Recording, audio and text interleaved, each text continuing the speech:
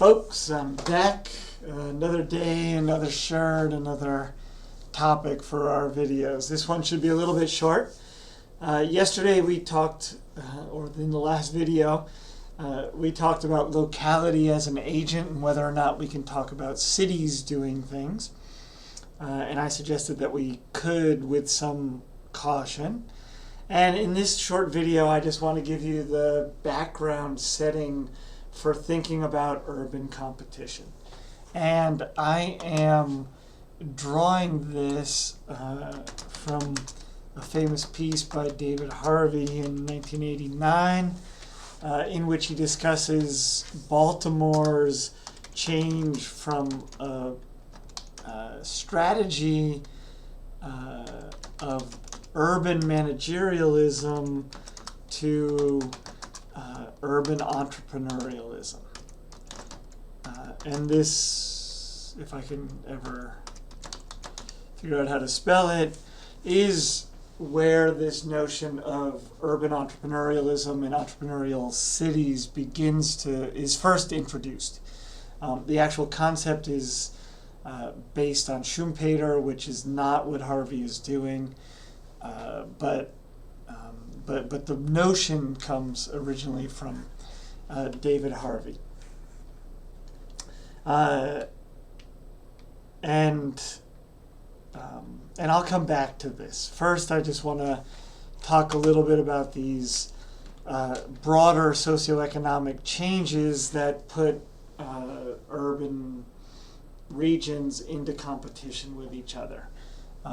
This will have come up a little bit in the global cities discussion, but I'm going to rehash some of that now, right? So since roughly 1970, we've been in this process of globalization, which now perhaps we're in a process of deglobalization again. But this process of globalization stretched out the chain of production from a national level to an international level. That is prior to this period, in early industrial city period, the companies tended to do their manufacturing on a national level. That is, there was a national headquarters, all of the production was national, somewhere else perhaps in the country, but it was still within the country. And the retail markets were primarily domestic. I mean, not by no means entirely, but broadly speaking, we could say that that's what was going on. With the spread of globalization, we get the migration of industrial production away from the wealthier countries into the poorer countries, right? This is how Korea, part of Korea's growth is based on industrial manufacturing leaving the rich countries and coming here. Of course, later on, it's the same for China and numerous other developing countries. So deindustrialization and globalization go hand in hand to stretch the production chain across the world and to threaten the economic basis of many cities. Coinciding with this is the process or the growth of neoliberalism, in which trade boundaries, trade limitations were reduced in order to facilitate the flow of capital and goods around the world, right? So the barriers to trade were reduced as part of these neoliberal processes, including the flow of capital into financial markets, through foreign direct investment, etc., etc.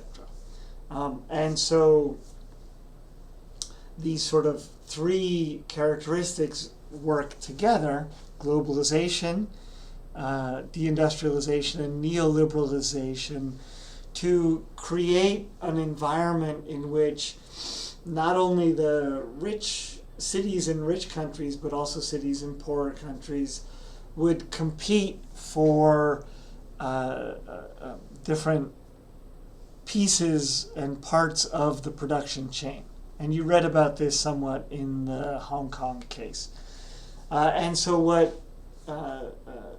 what people have suggested is that this created either urban competition or what Storper and Scott call a regional world.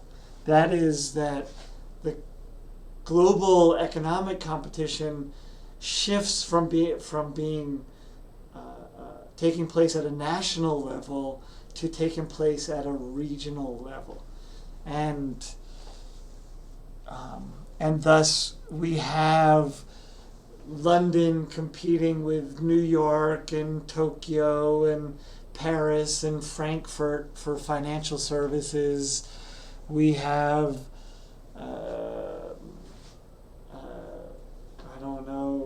Daegu competing with Shanghai and Kuala Lumpur and Bangkok for manufacturing opportunities, right? And so the competition shifts downward to the regional level. And this is what geographers refer to as a rescaling of economic relations here, right? And to elaborate on that concept a little bit for you, I have this little picture of Matryoshka dolls. I'm sure you've seen these before. And this is typically the way that most people think about scale, and that we have historically thought about scale. And by this scale, I'm talking primarily about administrative territories, right? So we have, at the very center, we have our city, which has its boundaries and its government, but the city is within the state or the province, the next Matryoshka doll, which sort of sets policies for the city inside. And then the state itself is inside of another Matryoshka doll of the nation, right?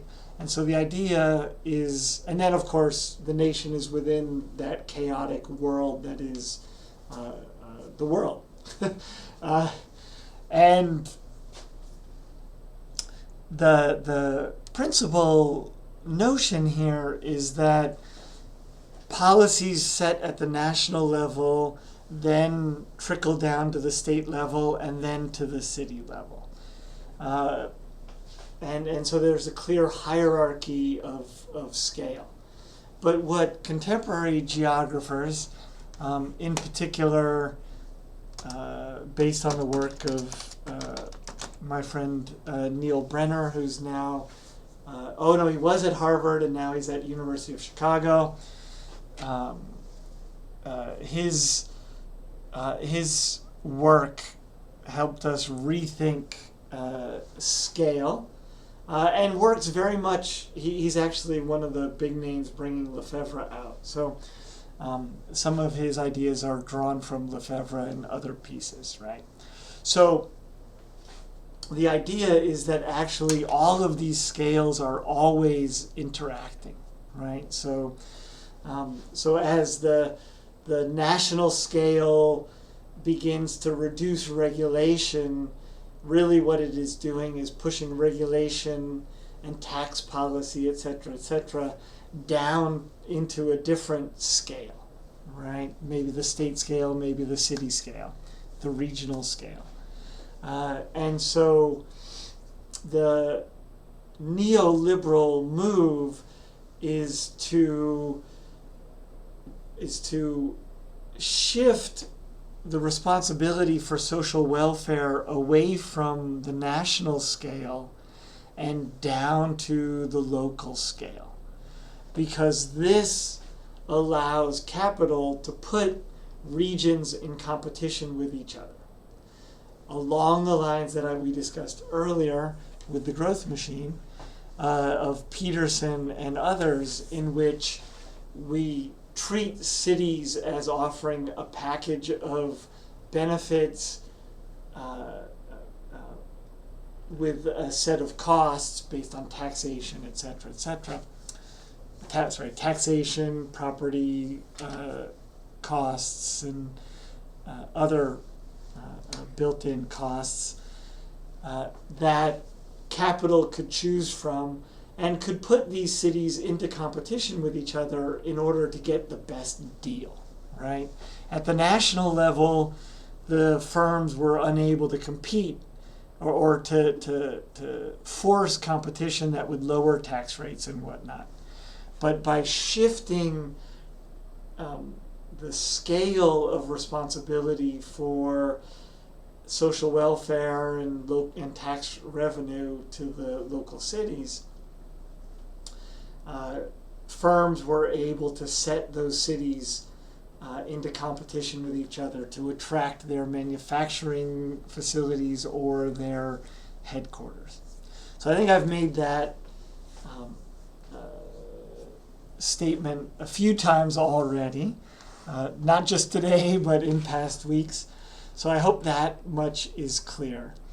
And so this transition, this rescaling that leads to urban competition, pushes cities to function in a different way.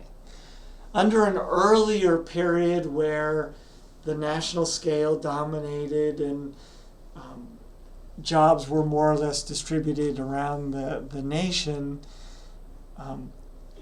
all that you had to rely upon was a form of boosterism. Urban managerialism, from Harvey's phrasing here, is really tied simply to administering what was happening in the cities and sort of promoting the city, just as a sort of creating this sense of place and local identity that we discussed in the previous video.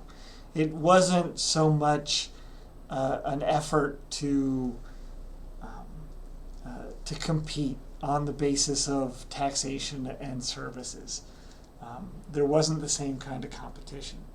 But what he witnessed in Baltimore and drew on the ideas of the growth machine and other observations, was that cities were being forced to become more entrepreneurial.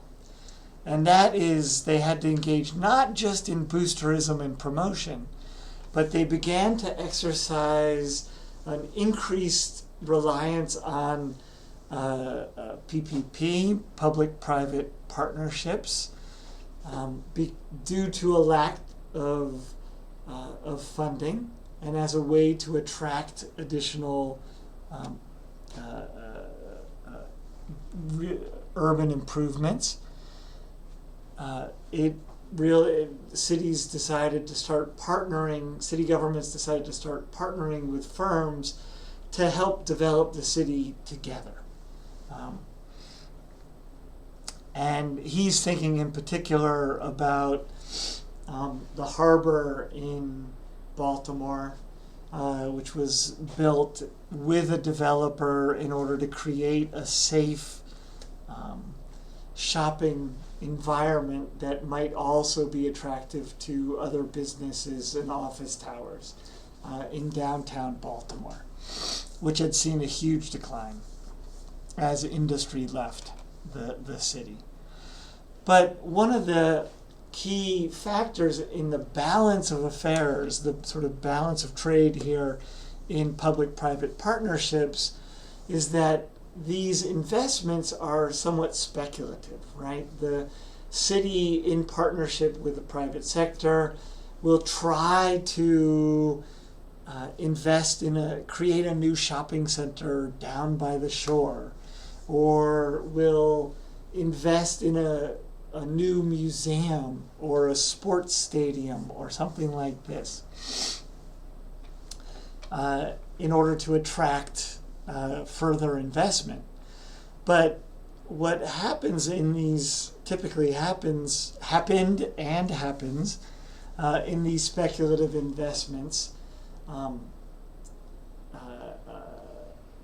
is that the risk is absorbed by the public sector, right?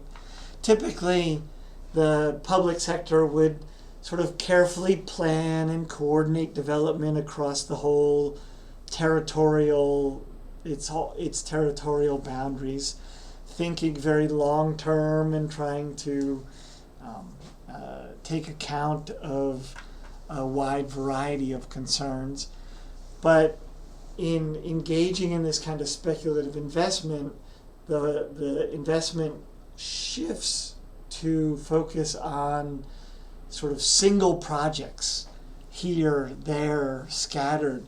And there's only a kind of tangential hope that there is a way to coordinate that investment. But being strapped for cash, they embrace this kind of strategy of speculative investment. And in doing so, the public takes on all the risk of a loss from the failure of these projects, right? Whereas the private sector stands to gain all the benefits. So the way these arrangements are set up is that the city pays if it fails, and the businesses benefit if it succeeds. Which means that when we say that the city pays when it fails, it means that the residents of the city pay through their taxes and what have you, if these things fail. So there's the risk shifts to the public sector. And then another point here is that in focusing on this place-specific speculative investments, these little spot investments that I mentioned,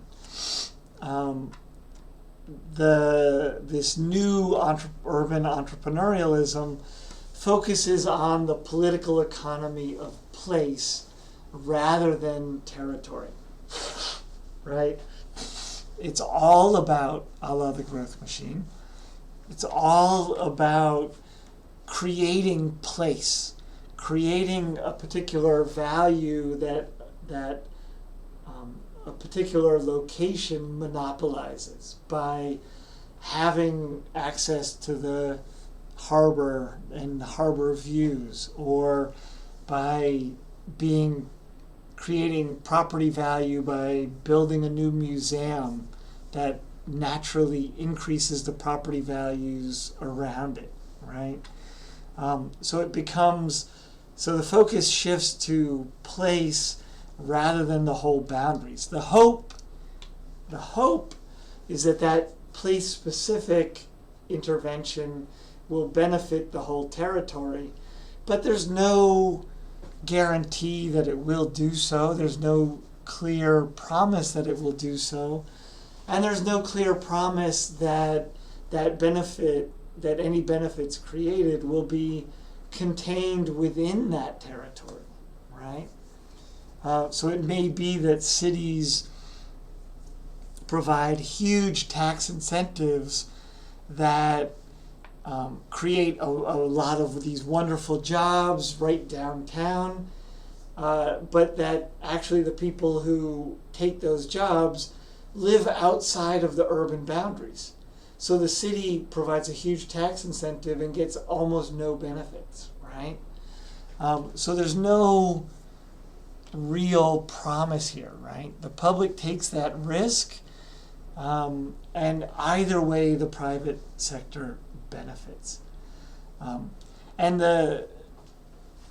So whereas in contrast, the growth machine strategy, as presented by Logan and Malich, focuses on the territory as whole, right? The concern is with the growth of the urban territory, and the politics of place there is focused on the conflicts between the residents and the who use the space, and capital and those who seek to profit, who focus on the exchange value of place.